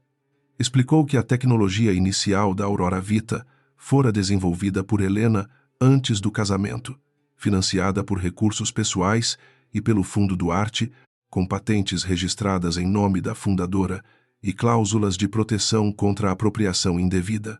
Não elevou a voz, não dramatizou a morte da mãe de Helena, não pediu lágrimas à sala, apenas organizou fatos. Essa era sua elegância mais perigosa. A cada data pronunciada, a imagem pública de Rafael encolhia um pouco, perdendo o brilho das capas de revista e assumindo a forma menor de um executivo contratado. Álvaro tentou deslocar a discussão para a contribuição posterior de Rafael, afirmando que empresas não eram apenas invenções originais, mas obras coletivas de expansão, risco e liderança. Teresa concordou, o que confundiu por um instante a defesa. Disse que ninguém negava o papel executivo de Rafael, nem sua relevância na fase comercial. A questão era outra. Ele confundira mandato com propriedade, visibilidade com autoria e casamento com licença para apagar a esposa. O juiz anotou a frase. Rafael baixou os olhos. Camila mordeu o interior da bochecha, traindo uma impaciência quase infantil. Então vieram as atas. Teresa apresentou duas versões de uma mesma reunião do conselho, realizadas com diferença de poucas horas nos arquivos internos. Na primeira, Helena aparecia como responsável pela concepção técnica dos módulos de triagem inteligente e pela supervisão dos protocolos hospitalares. Na segunda, seu nome surgia reduzido a apoio consultivo, enquanto Rafael era descrito como autor da diretriz central. Silvia Ramos, chamada ao depoimento, entrou com passos lentos, mas cabeça erguida. Helena sentiu um aperto de compaixão. Nem toda coragem veste armadura. Às vezes, usa sapatos gastos e carrega medo no bolso. Silvia jurou dizer a verdade e falou com voz baixa no início. Contou que trabalhava havia 7 anos na secretaria do conselho, que era responsável por arquivar atas, colher assinaturas e circular minutas. Disse que, após a chegada de Camila ao núcleo estratégico de comunicação, passaram a surgir pedidos de correção narrativa em documentos de reuniões antigas. O termo correção narrativa fez alguns presentes se remexerem. Teresa pediu que ela explicasse. Silvia respirou fundo e disse que significava alterar a forma como contribuições eram descritas, diminuindo Helena e ampliando Rafael. Álvaro atacou a credibilidade da testemunha com polidez cortante. Perguntou se ela guardara cópias sem autorização, se temia ser responsabilizada por falhas administrativas, se nutria ressentimento por advertências recentes. Silvia ficou pálida, mas não recuou. Disse que guardara cópias porque sabia que lhe pediam algo errado e porque, quando pessoas poderosas mudam papéis, costumam precisar de alguém menor para culpar depois. A resposta atravessou a sala com uma simplicidade devastadora. O juiz pediu que constasse integralmente. Helena viu Silvia respirar como quem saía debaixo da água. Depois, foi a vez de Bruno Azevedo. Ele entrou com uma pasta de relatórios técnicos e a inquietação de quem preferia servidores a tribunais. Teresa guiou seu depoimento com precisão, fazendo-o explicar metadados, registros de autoria, permissões de acesso e tentativas de reatribuição de etapas de desenvolvimento. Bruno usou linguagem clara, talvez clara demais para o conforto de Rafael. Disse que os módulos centrais nasceram de desenhos, códigos e protocolos assinados por Helena e que meses depois alguém tentou construir uma trilha artificial que colocasse Rafael como origem estratégica das decisões. Álvaro tentou transformar a explicação em disputa técnica incompreensível. Perguntou se metadados podiam ser interpretados de várias formas, se equipes não colaboravam, se liderança executiva não orientava desenvolvimento. Bruno respondeu que colaboração existia, mas falsificação também. Disse que uma coisa era Rafael aprovar orçamento para uma ponte, outra era aparecer depois dizendo ter calculado a engenharia. Alguns murmúrios escaparam antes que o juiz pedisse silêncio. Camila olhou para Rafael com a primeira sombra de acusação. Ela começava a entender que talvez tivesse apostado não em um rei, mas em um homem, cercado por documentos. Helena acompanhava tudo com os dedos pousados sobre a pasta azul. A cada testemunho, lembrava-se de uma noite específica, de uma tela, de uma conversa esquecida, de um gesto de Rafael transformado agora em evidência. Sentia dor, sim, mas era uma dor diferente, menos parecida com abandono e mais próxima de luto por uma cidade destruída por dentro. O homem que um dia dormira no laboratório ao seu lado não desaparecera de repente. Ele fora escolhendo pequenas traições até que as pequenas traições exigiram uma grande mentira para sobreviver. Rafael pediu para falar com seus advogados durante uma pausa breve. O juiz autorizou 10 minutos. No corredor, ele foi cercado por Álvaro e pelos outros defensores, que falavam em vozes tensas. Camila tentou aproximar-se, mas Rafael a conteve com um olhar tão frio que ela recuou como se tivesse recebido um tapa invisível. Helena viu de longe. Não sentiu pena. Camila não era inocente, mas naquele instante descobria uma regra antiga da ambição compartilhada com covardes. Quando o fogo sobe, eles empurram alguém para a fumaça. A audiência recomeçou com Rafael chamado a prestar esclarecimentos sobre sua função na constituição original da companhia. Ele caminhou até o lugar indicado com a postura recomposta, embora a cor de seu rosto ainda denunciasse tensão. Falou bem, como sempre. Disse que a Aurora Vita fora fruto de uma união de talentos, que Helena possuía capacidade técnica extraordinária, mas que ele transformara uma ideia promissora em empresa nacional. Por alguns minutos, quase pareceu razoável. Helena reconheceu o velho encanto, agora usado como verniz sobre rachaduras. Eduardo também pareceu reconhecer, mas não se deixou convidar. Teresa perguntou se Rafael havia assinado o contrato executivo inicial, ciente de que o Fundo Duarte detinha controle sobre a propriedade intelectual original. Ele disse que os termos eram complexos, que confiava nos advogados, que nunca interpretara aquilo como limitação substancial ao seu papel. Teresa pediu que lessem uma cláusula destacada, na qual Rafael reconhecia expressamente que sua função executiva não alterava a titularidade dos ativos anteriores e derivados da plataforma Aurora. O juiz leu em silêncio. Rafael disse que assinara muitos documentos na época. A frase soou menor do que ele pretendia. Teresa, então, exibiu mensagens internas em que Rafael instruía o jurídico a encontrar caminho para neutralizar a trava Duarte antes da reorganização societária.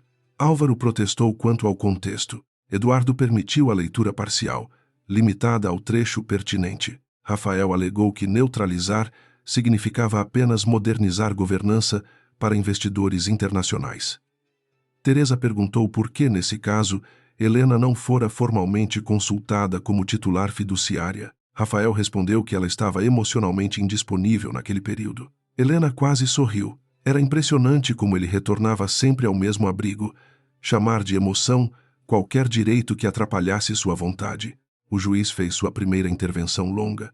Perguntou a Rafael se havia algum laudo médico, decisão de conselho ou registro formal que sustentasse a alegada indisponibilidade de Helena para decisões empresariais. Rafael disse que não, mas que todos percebiam sua distância.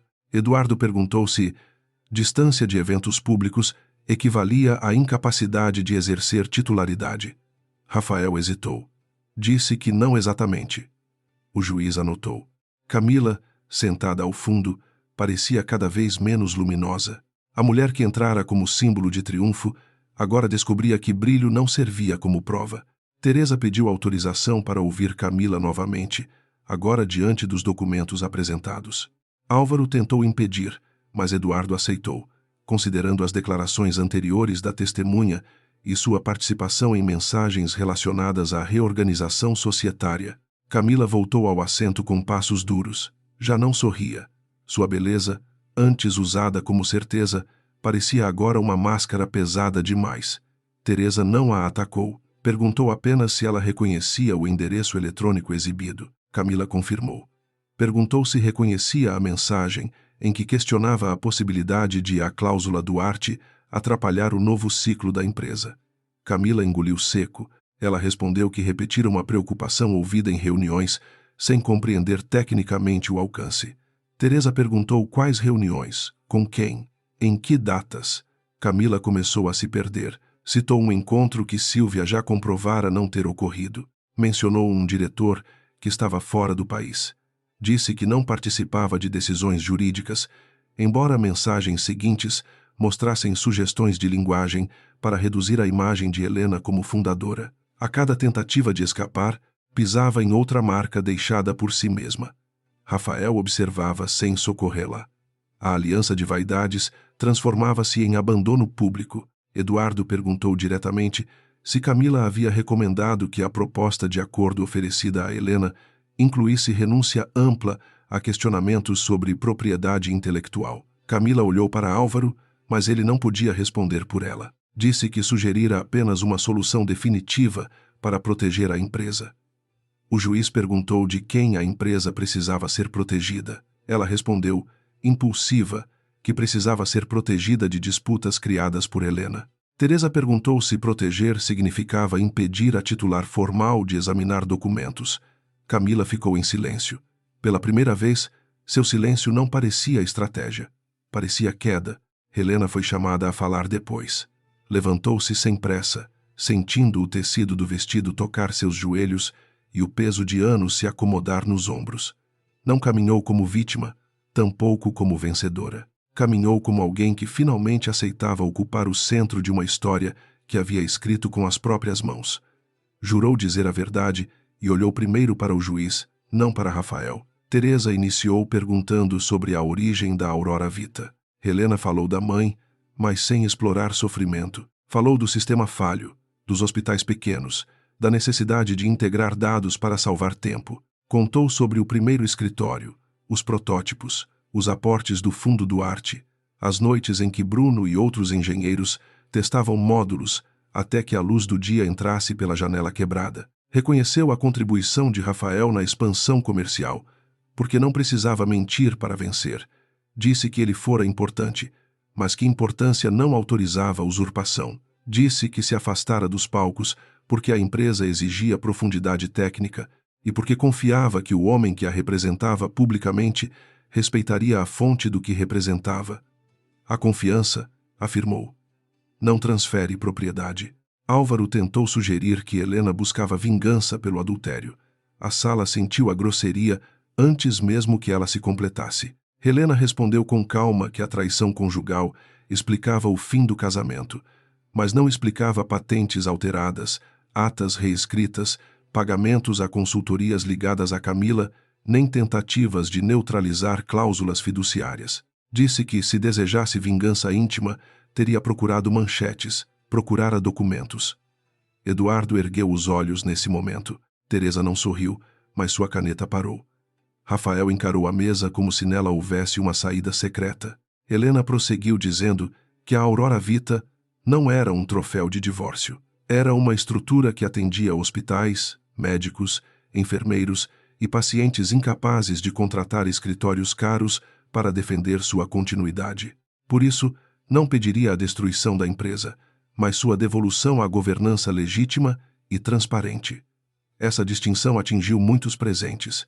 A mulher que Rafael pintara como ameaça emocional falava em proteger empregados e contratos, enquanto ele lutava para proteger o próprio mito. Camila olhou para as unhas, incapaz de encontrar uma expressão adequada para aquele novo cenário. Teresa apresentou então a cadeia completa de titularidade. O Fundo Duarte controlava os ativos originais. Helena era a titular fiduciária e fundadora técnica. Rafael possuía mandato executivo condicionado, revogável em caso de tentativa de apropriação de autoria ou transferência irregular. As alterações de atas, mensagens e minutas indicavam exatamente essa tentativa. O juiz pediu tempo para examinar os documentos. Durante os minutos seguintes, o som das páginas virando pareceu mais alto que qualquer discurso feito naquela manhã. Helena voltou ao seu lugar. Rafael não a olhou. Talvez temesse encontrar não ódio, mas consequência. Quando Eduardo retomou a palavra, sua voz manteve a frieza habitual, mas havia nela uma gravidade nova. Disse que a audiência não encerraria todas as apurações, pois havia indícios que ultrapassavam o âmbito do divórcio e poderiam exigir medidas cíveis e criminais próprias. Contudo, quanto à tentativa de condicionar o acordo conjugal à renúncia de direitos societários e intelectuais de natureza anterior e protegida, o tribunal via elementos suficientes para rejeitar qualquer homologação nos termos propostos. Álvaro fechou os olhos por um instante. Rafael apertou os lábios. Camila perdeu completamente a cor. O juiz determinou a preservação imediata de documentos da Aurora Vita, proibiu alterações societárias sem autorização judicial e requisitou cópia integral dos registros internos citados. Também advertiu as partes contra a intimidação de testemunhas. Sílvia começou a chorar discretamente no fundo da sala. Bruno baixou a cabeça, aliviado. Miguel, sentado ao lado de Teresa, fez apenas um pequeno movimento de aprovação, como quem vê uma conta finalmente fechar. Helena respirou pela primeira vez com profundidade. Não era o fim. Era a porta do fim se abrindo. E isso, naquele momento, bastava. Rafael pediu a palavra, contrariando o gesto desesperado de Álvaro para que permanecesse quieto. Disse que tudo estava sendo distorcido, que Helena sempre soubera de suas decisões, que uma empresa daquele porte não podia ficar refém de documentos antigos e sentimentalismos familiares. A palavra sentimentalismos caiu mal. Até Eduardo pareceu mais imóvel. Teresa não precisou responder. O próprio Rafael, ferido em sua vaidade, continuou falando, afirmando que sem ele a Aurora Vita não valeria nada, que investidores seguiam seu nome, que Helena tinha código e teoria, mas ele tinha mundo. Era a confissão moral que faltava. O juiz interrompeu com uma pergunta simples. Perguntou se Rafael reconhecia, então, que buscara consolidar controle, apesar de saber da existência das limitações impostas pelo fundo. Rafael percebeu tarde demais a armadilha de sua própria indignação. Tentou corrigir, dizendo que buscara proteger valor. Eduardo pediu que respondesse objetivamente. Rafael ficou em silêncio. Camila o encarou, agora não com paixão, mas com medo de ter sido arrastada por um homem que confundira arrogância com invulnerabilidade. A sala inteira compreendeu que o silêncio dele respondia mais que qualquer frase. A audiência foi suspensa com determinações severas e nova data para deliberações finais sobre as medidas patrimoniais do divórcio. Mas a vitória pública de Rafael já estava destruída. Ao se levantar, ele tentou manter a postura, ajeitando o paletó e passando por Helena sem fitá-la. Camila veio atrás, porém um corredor invisível se abrira entre eles. Ela, que entrara colada ao braço dele, saía alguns passos distante, como se a proximidade agora também pudesse incriminá-la. As câmeras captaram essa distância. A imprensa, sempre faminta, entendeu antes das legendas. No corredor do fórum, jornalistas gritaram perguntas. Helena não respondeu. Teresa colocou-se ao seu lado, orientando que continuassem andando. Bruno e Sílvia saíram por outra porta, protegidos por funcionários do tribunal. Rafael tentou falar sobre perseguição, mas suas palavras foram engolidas por perguntas sobre o fundo Duarte, atas alteradas e pagamentos à Lumina Partners. Camila perdeu a paciência ao ouvir seu nome ligado a consultorias de fachada, e esse segundo deslize produziu novas imagens. O império de aparências começava a desmoronar, não por falta de beleza, mas por excesso de exposição. Helena entrou no carro sem olhar para trás. Só quando a porta se fechou, permitiu que as mãos tremessem. Teresa percebeu, mas não comentou de imediato. Do lado de fora, a multidão se movia como mar contra vidro. Helena pensou na pergunta do juiz, na cor do rosto de Camila, no silêncio de Rafael, na coragem de Sílvia, no cansaço de Bruno. Pensou também no que ainda viria. Haveria recursos, ataques, manchetes, investidores assustados, funcionários esperando direção. A justiça não era um raio que limpava o céu. Era uma obra longa. Teresa finalmente disse que tinham atravessado o ponto sem retorno. Helena assentiu, olhando a cidade pela janela. Não se sentia alegre. A alegria seria simples demais para uma manhã construída sobre traições tão longas. Sentia, antes, uma espécie de eixo retornando ao lugar. Durante anos, Rafael usara sua calma como prova de fraqueza, sua discrição como autorização para apagamento, sua confiança como matéria-prima de fraude. Agora, diante de um juiz frio e de uma sala inteira, o mundo começara a reaprender a ordem correta dos nomes. Na sede da Aurora Vita, a notícia chegou antes do almoço e espalhou-se pelos andares com velocidade de incêndio. Alguns diretores fecharam portas. Funcionários antigos trocaram mensagens silenciosas. Jovens analistas pesquisaram o fundo Duarte em bases públicas. A fotografia de Rafael no mural principal pareceu de repente grande demais. Ninguém a retirou ainda, mas muitos olharam para ela como se enxergassem pela primeira vez o espaço vazio ao lado, onde a imagem de Helena deveria ter permanecido. A empresa, que Rafael tratara como palco, começava a lembrar suas fundações. Naquela noite, Helena voltou ao apartamento antigo e encontrou uma mensagem anônima no celular corporativo que ainda mantinha por ordem dos advogados. Dizia que ela não sabia o que estava fazendo, que hospitais sofreriam, que empregos cairiam, que a culpa seria dela. Ela leu uma vez e encaminhou a Teresa.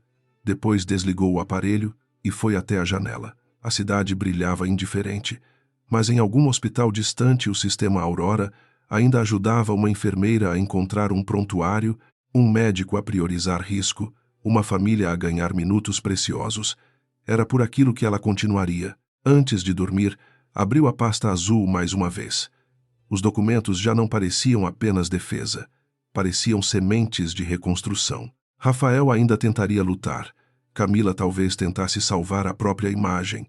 Álvaro buscaria brechas. Investidores pediriam garantias. Mas o centro havia mudado. Helena não era mais a esposa silenciosa diante de uma proposta generosa. Era a fundadora que o tribunal começava a reconhecer, a titular que a fraude não conseguira apagar, a mulher que aprendera da forma mais dura que amor, sem verdade, vira cárcere. Na manhã seguinte, começaria a retomada. A retomada da Aurora Vita começou antes que Helena Duarte atravessasse novamente as portas de vidro da sede. Começou nas ordens judiciais entregues ao Conselho, nos servidores bloqueados para a preservação de provas, nos e-mails de diretores que antes escreviam com arrogância e agora pediam esclarecimentos com cautela. Começou, sobretudo, no medo novo que se espalhou entre aqueles que haviam confundido silêncio com consentimento. Rafael Monteiro ainda ocupava a sala principal, mas já não reinava. Uma coroa sem reconhecimento pesa como metal morto sobre a cabeça de quem a roubou. Na manhã seguinte à audiência, Helena reuniu Teresa Amaral, Miguel Sampaio, Bruno Azevedo e 2 conselheiros independentes indicados pelo fundo Duarte. Não havia champanhe, nem discursos de vitória, nem pressa em remover retratos das paredes. Havia listas de riscos, contratos hospitalares sensíveis, funcionários vulneráveis e sistemas que não poderiam parar por causa da queda moral de executivos. Helena deixou isso claro logo no início. A empresa não seria usada como campo de vingança. Quem tivesse participado de fraude responderia. Quem tivesse obedecido por medo seria ouvido. Quem dependesse da Aurora Vita seria protegido. Rafael reagiu como homens arrogantes. Costumam reagir quando descobrem que a realidade não aceita mais seus comandos. Primeiro tentou ligar para investidores, dizendo que a decisão judicial era provisória, que Helena estava manipulada por advogados, que tudo não passava de disputa doméstica elevada a circo jurídico. Depois tentou convocar uma reunião extraordinária sem autorização. Mas os conselheiros, enfim conscientes do alcance das cláusulas fiduciárias, recusaram-se a comparecer. Por fim, enviou uma mensagem fria a Helena, exigindo conversa privada. Ela respondeu apenas por meio de Teresa. O tempo das portas fechadas havia terminado. Camila Nogueira, por sua vez, desapareceu das redes sociais por 24 horas. Para uma mulher que media a existência em aparições, o silêncio pareceu confissão. Quando voltou, publicou uma nota dizendo ter sido vítima de informações incompletas e de uma dinâmica empresarial controlada por Rafael. A tentativa de separar sua imagem da dele chegou tarde demais. As mensagens juntadas aos autos mostravam sua participação em sugestões de linguagem, pagamentos a consultorias ligadas à sua família e estratégias para tornar Helena socialmente invisível. Camila descobria que a beleza podia abrir portas, mas não apagar rastros. A deliberação final do juiz Eduardo Vasconcelos ocorreu uma semana depois, numa sala de audiências ainda mais cheia. Agora já não havia curiosidade romântica no ar, mas expectativa institucional. Representantes de hospitais estavam presentes, advogados de investidores ocupavam fileiras discretas e jornalistas especializados em economia substituíam parte da imprensa de celebridades. Helena entrou com o mesmo passo contido, embora algo nela tivesse mudado. Não parecia mais alguém resistindo a uma tempestade. Parecia a própria linha do horizonte depois da chuva, ainda distante, mas impossível de negar. Rafael chegou separado de Camila. Esse detalhe pequeno e cruel chamou a atenção de todos. Ele vestia azul escuro, tinha o rosto barbeado e os olhos vermelhos de noites mal dormidas. Camila entrou minutos depois, acompanhada de uma advogada nova, sem olhar para ele. O amor que haviam exibido como triunfo dissolvera-se diante da possibilidade de responsabilização. Helena observou sem satisfação. Não precisava desejar castigo adicional. A verdade já começara a fazer o que sabia fazer melhor, devolver cada um ao tamanho exato de seus atos. Eduardo iniciou a sessão, retomando os limites do processo de divórcio e as medidas urgentes relativas à preservação patrimonial. Falou da documentação do Fundo Duarte, das patentes originais, da cadeia de titularidade e das evidências de tentativa de alteração narrativa e societária. Não usou palavras grandiosas, não chamou Rafael de vilão, nem Helena de heroína. A lei, naquele momento, bastava. Determinou que qualquer pretensão de Rafael sobre a Aurora Vita, como bem comum do casamento, fosse afastada no que se referia aos ativos anteriores, protegidos e derivados da plataforma original. Em seguida, reconheceu que Rafael exercera mandato executivo condicionado e que havia indícios suficientes de violação grave de dever fiduciário para justificar seu afastamento imediato da presidência até conclusão das apurações próprias. A frase atravessou a sala com o peso de uma porta de ferro se fechando. Rafael empalideceu, mas não falou. Talvez Álvaro o tivesse instruído finalmente a temer a própria voz. Camila fixou os olhos no chão. Helena sentiu apenas um impacto mudo no peito. Era o reconhecimento esperado, mas reconhecimento não apaga anos. Apenas impede que continuem sendo roubados. O juiz também determinou envio de peças ao Ministério Público e às autoridades competentes para a apuração de falsificação documental, desvio de recursos, intimidação de testemunhas e possível fraude societária. Quanto à proposta de acordo apresentada no divórcio, declarou-a incompatível com a boa-fé por tentar condicionar vantagens pessoais à renúncia de direitos empresariais protegidos e anteriores ao casamento. Rafael, que oferecera migalhas douradas esperando comprar silêncio, viu sua generosidade transformada em evidência de abuso. Camila fechou os olhos nesse momento, talvez compreendendo que ajudara a desenhar a própria armadilha. A divisão dos bens conjugais seguiu por vias mais simples e menos espetaculares. Helena não disputou objetos, carros ou propriedades que pudessem prolongar laços inúteis. Aceitou o que era devido, recusou o que vinha com veneno e solicitou que parte dos valores recuperados de pagamentos irregulares fosse preservada para ressarcimento da companhia. Eduardo observou a postura com atenção. Rafael, acostumado a interpretar qualquer recusa de ostentação como fraqueza, parecia confuso diante de uma mulher que não queria vencer-lo em símbolos. Ela queria retirar dele o poder de continuar ferindo o que importava. Quando a sessão terminou, Rafael levantou-se depressa, mas Helena foi mais rápida em sair sem olhar para trás. No corredor, ele a chamou pelo nome. A voz veio rouca, menos segura que antes. Ela parou não por obediência, mas porque já não tinha medo do som dele. Rafael aproximou-se 2 passos e disse que tudo poderia ter sido resolvido de outro modo. Helena o encarou pela primeira vez desde a sentença. Respondeu que sim, poderia, se ele tivesse escolhido verdade antes de precisar temer consequência. Não havia ódio em sua voz. Isso o atingiu mais. Ele tentou falar do passado, daquele primeiro escritório, das noites em que acreditaram estar do mesmo lado. Helena não desviou. Disse que também se lembrava, e justamente por isso a traição dele era maior que adultério. Ele não havia traído apenas uma mulher. Havia traído uma causa, uma equipe, pacientes que nunca saberiam seu nome e a parte decente de si mesmo que um dia talvez existira. Rafael abriu a boca, mas nenhuma frase elegante sobreviveu ali. Camila passava ao fundo, ouvindo-o bastante para baixar os olhos. A cena não precisava de plateia. Mesmo assim, ela existiu. Nos meses seguintes, a Aurora Vita atravessou um inverno difícil. Contratos foram revisados, auditorias entraram em salas antes intocáveis, diretores ligados a Rafael foram afastados ou investigados. Alguns investidores ameaçaram retirar capital, temendo escândalo e instabilidade. Helena reuniu-se com cada grupo, apresentou planos de continuidade, relatórios técnicos, medidas de governança e garantias aos hospitais parceiros. Não prometeu que a transição seria indolor, prometeu que seria limpa. Essa palavra, simples e quase antiquada, começou a circular pelos corredores com força inesperada. Depois de tantos anos de brilho falso, limpeza parecia revolução. Bruno voltou à empresa como diretor de integridade tecnológica, não por recompensa emocional, mas por competência comprovada e coragem testada. Silvia recebeu proteção, manteve o emprego e passou a coordenar um novo protocolo de atas e transparência, com autonomia que antes jamais teria. Miguel aceitou permanecer por 6 meses na auditoria especial, resmungando que a aposentadoria era um conceito frequentemente sabotado por homens desonestos.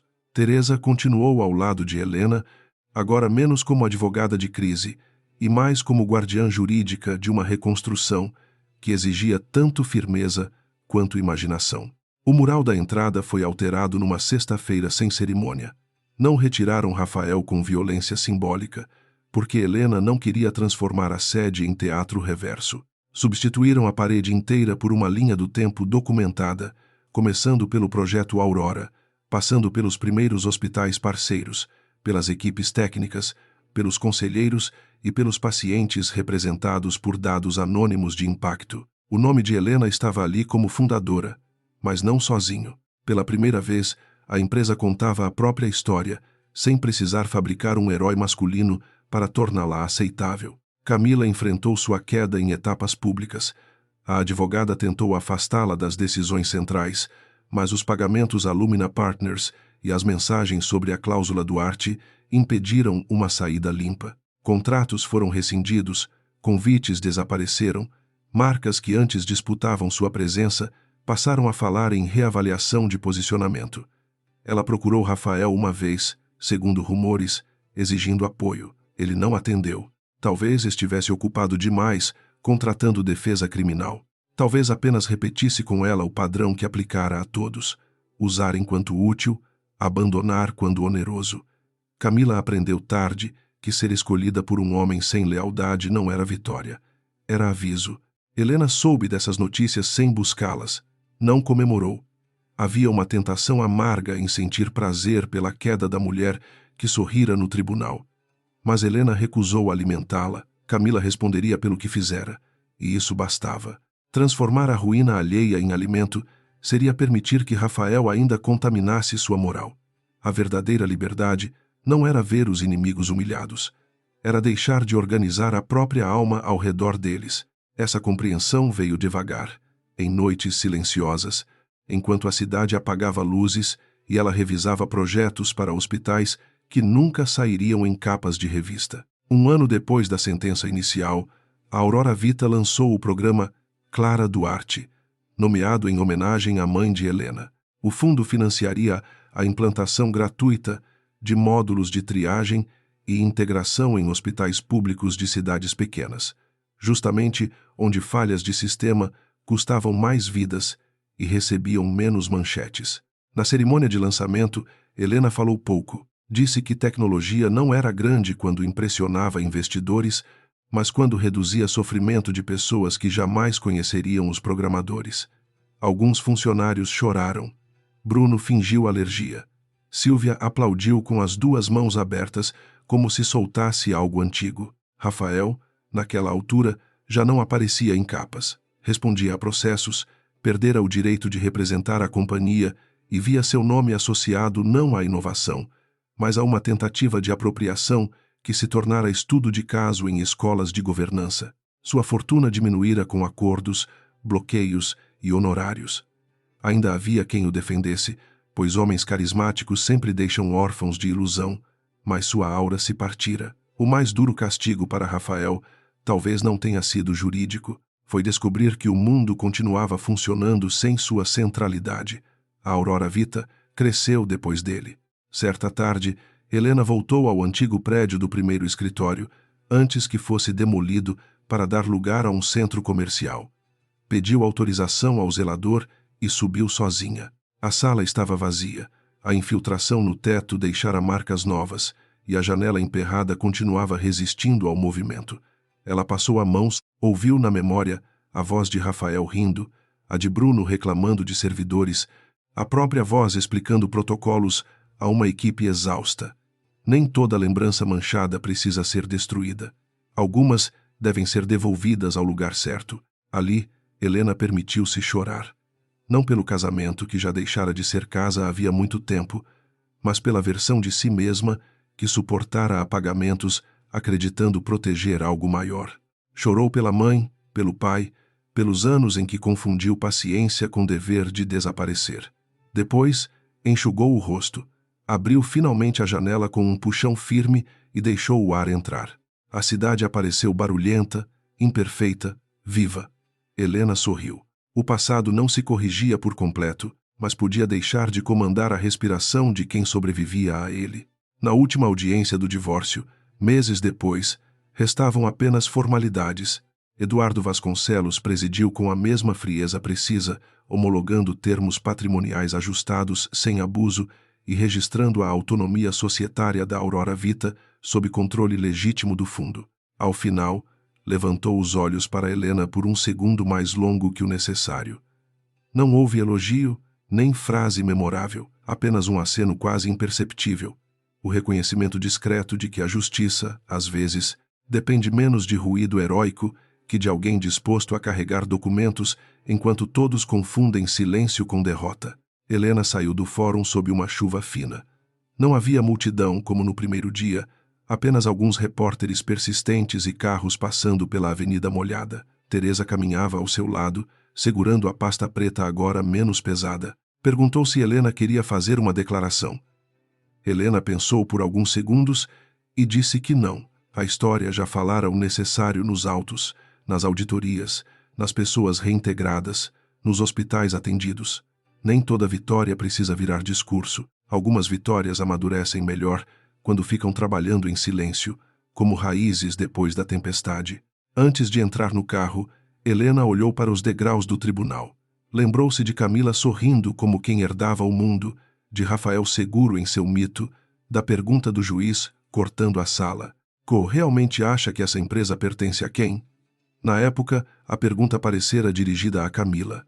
Agora Helena entendia que alcançava todos que confundiam aparência com verdade, cargo com mérito, casamento com propriedade, amor com submissão. A resposta não estava apenas nos documentos, estava na reconstrução. A Aurora Vita pertencia ao propósito que a criara, e Helena finalmente pertencia a si mesma. No escritório novo, meses depois, uma jovem engenheira perguntou se era difícil liderar depois de tudo. Helena olhou através da parede de vidro para a equipe reunida em torno de uma tela, discutindo uma atualização que reduziria falhas em emergências pediátricas. Pensou em dizer que sim, que era difícil, que confiança quebrada deixa cicatrizes, que poder atrai vaidades perigosas. Mas a jovem não precisava apenas de advertência, precisava de horizonte. Helena respondeu que liderar era lembrar, todos os dias, que nenhuma empresa vale mais que a verdade que a sustenta. Ao anoitecer, quando a equipe foi embora e as luzes da cidade começaram a surgir uma a uma, Helena permaneceu alguns minutos sozinha na sala. Sobre a mesa, ao lado de relatórios e projetos, havia uma fotografia pequena de sua mãe sorrindo diante de um jardim simples. Helena tocou a moldura com delicadeza. Não havia mais pulseiras compradas com dinheiro desviado, nem promessas falsas, nem sorrisos de triunfo alheio ocupando seu espaço. Havia trabalho, memória e paz. A justiça não lhe devolvera tudo. Nenhuma justiça devolve, mas lhe dera caminho para seguir inteira. Na manhã seguinte, Helena chegou cedo, como no primeiro escritório. Ligou as luzes, abriu os relatórios e escutou o som distante da cidade despertando. Em algum lugar, uma ambulância seguia por avenidas cheias, levando alguém que dependeria de segundos, dados corretos e profissionais atentos. A plataforma Aurora Vita funcionaria ali, invisível e precisa, como uma promessa finalmente protegida. Helena respirou fundo, prendeu o cabelo com uma caneta e começou a trabalhar. Não para provar nada a Rafael, nem para apagar Camila, nem para vencer novamente no tribunal. Começou porque era sua obra, seu dever e sua liberdade.